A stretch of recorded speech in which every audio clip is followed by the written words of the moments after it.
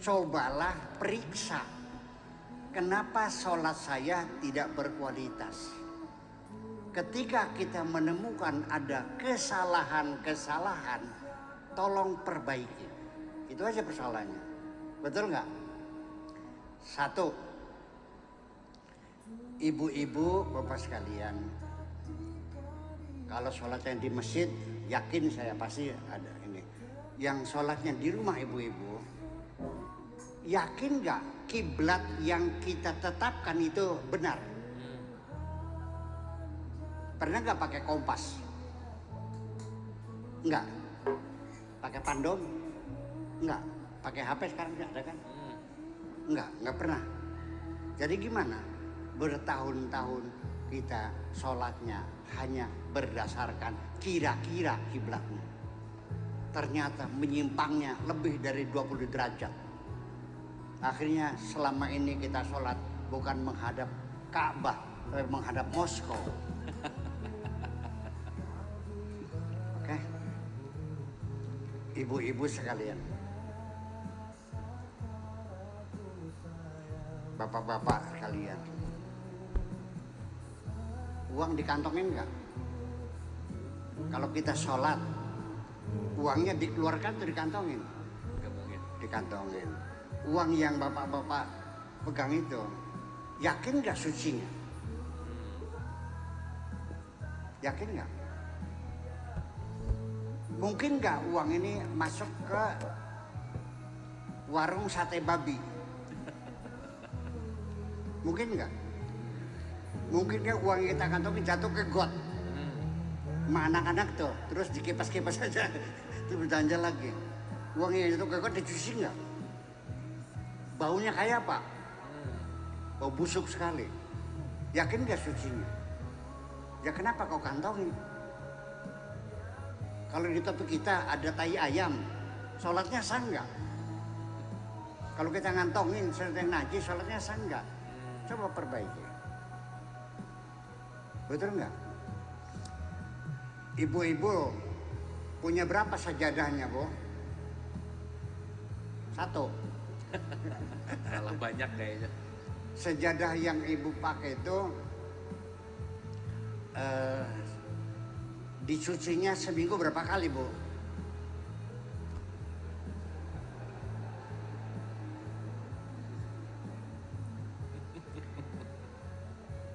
Ketika kita menggelar sajadah, ya, sajadah.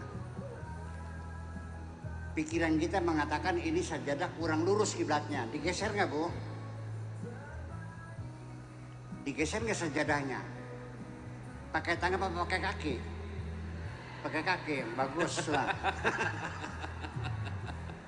Sehari-hari pintu gerbang menghadap Allah ditajong-tajong pakai kaki. Terlalu banyak sekali. Betul. Sampai punten ini. Tapi ini saya tidak menyalahkan orang ya. Sealam dunia kalau baca Fatihah dipotong-potong. Alhamdulillahirabbil alamin. Ar-Rahmanir-Rahim. Maliki yaumiddin. Begitu ya? Itu setiap ayat oleh para ulama zaman dahulu yang ahli bahasa ada tanda alif lam. Apa artinya?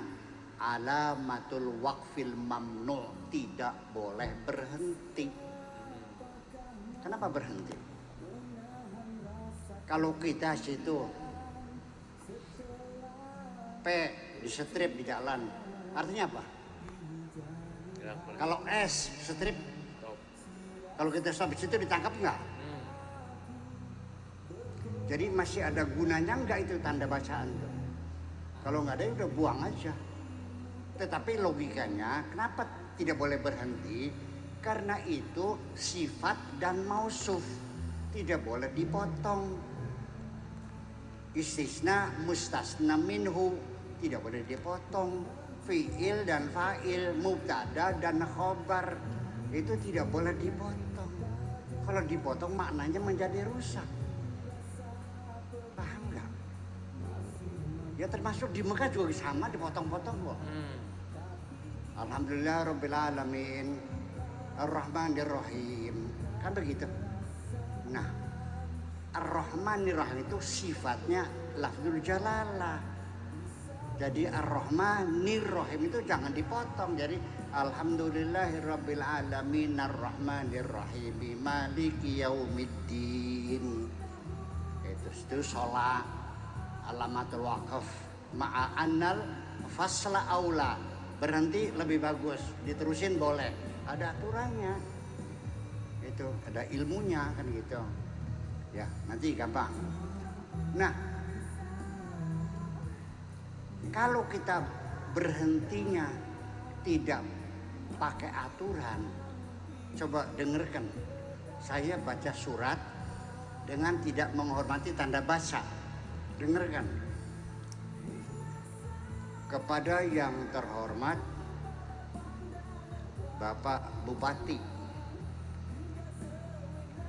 di tempat bersama surat ini saya sampaikan atas kepada saya kebaikan. Untuk itu saya mengharapkan Bapak tidak. Enak gak Pak? Ya, itu persoalannya. Ini malaikatnya bingung nih. Ini kamu baca. Gitu. Jadi saya tidak menyalahkan siapapun. Tolong ibu-ibu, bapak sekalian, hormatilah tanda-tanda baca. Dah, tidak menyalahkan siapapun. Supaya lebih berkualitas. Kan enak kepada yang terhormat Bapak Bupati. Dengan hormat bersama ini saya sampaikan penghargaan saya yang sedalam-dalamnya atas segala kebaikan Bapak yang telah diberikan kepada saya. Untuk itu kan enak jadi titiknya komanya kan begitu gitu. Kalau nggak paham nggak belajar. Kemudian saya tidak menyalahkan orang yang lidahnya pelot. Belajar sudah tapi pelot tetap ya sudah selesai. Salah siapa? Yang bikin pelot siapa? Yang bikin lidahmu siapa? Ya sudah, salahkan Allah aja kenapa dibikin pelok. Sudah belajar sudah. Tapi tetap aja lidah Jawa. Alhamdulillahirabbil ngalamin sampai walau bedolin. Ya sudah nggak ada masalah. Memang dasar begitu. Kalau bisa ditingkatkan. Kalau mentok ya sudah nggak ada masalah. Gitu. Kemudian banyak sekali dan mungkin sangat berlama-lama, tapi ingin saya persingkat saja. Nabi Muhammad konon ceritanya memberikan sayembara. Siapa yang sholatnya khusyuk, saya kasih sorban. Satu persatu. Ada yang Allahu Akbar, udah selesai, nggak khusyuk. Allahu Akbar satu rakaat nggak khusyuk. Ada yang tinggal assalamualaikum aja nggak khusyuk juga. Kenapa ya Rasulullah? Sebelum kamu salam pikiran kamu ingat sorban. Ternyata yang lulus siapa? Yaitu Sayyidina Ali karramallahu wajhah, ya, sholatnya paling khusyuk. Kenapa demikian? Sayyidina Ali ketika punggungnya kena panah dan dokter mencoba akan mencabutnya, dia merasa kesakitan. Lalu kata dia, dokter nanti jangan dicabut, sakit. Tunggu saya mau sholat dulu. Nanti di tengah saya sholat silahkan dicabut. Oke? Di tengah dia sholat, dicabut. Selesai sholat, beliau bertanya, sudahkah dicabut? Sudah. Terasa enggak? Artinya orang yang sholatnya khusyuk seperti Sayyidina Ali itu, panah yang terhunjam di pundaknya dicabut tidak terasa. Saking khusyuknya, saking konsentrasinya. Ibu-ibu pengen nggak, Bu? Bapak pengen nggak? Udah nggak usah panah yang disabut rasa. Kira-kira pengen nggak lagi sholat digigit nyamuk nggak terasa? Pengen nggak lagi sholat digigit nyamuk tidak terasa? Pengen nggak? Pengen nggak? Saya kasih ilmu yang gampang.